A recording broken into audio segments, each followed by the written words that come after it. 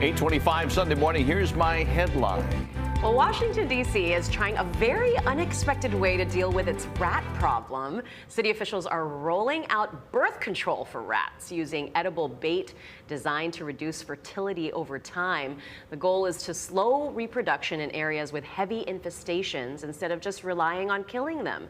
Officials say rats reproduce quickly, so cutting the population at the source could be more effective long term.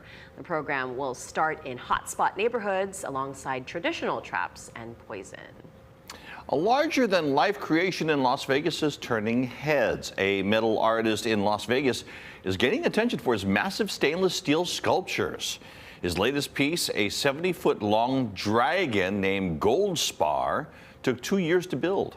The sculpture is made from thousands of steel parts and weighs about 17,000 pounds.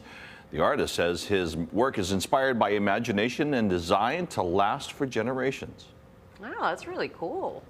That's heavy metal for you.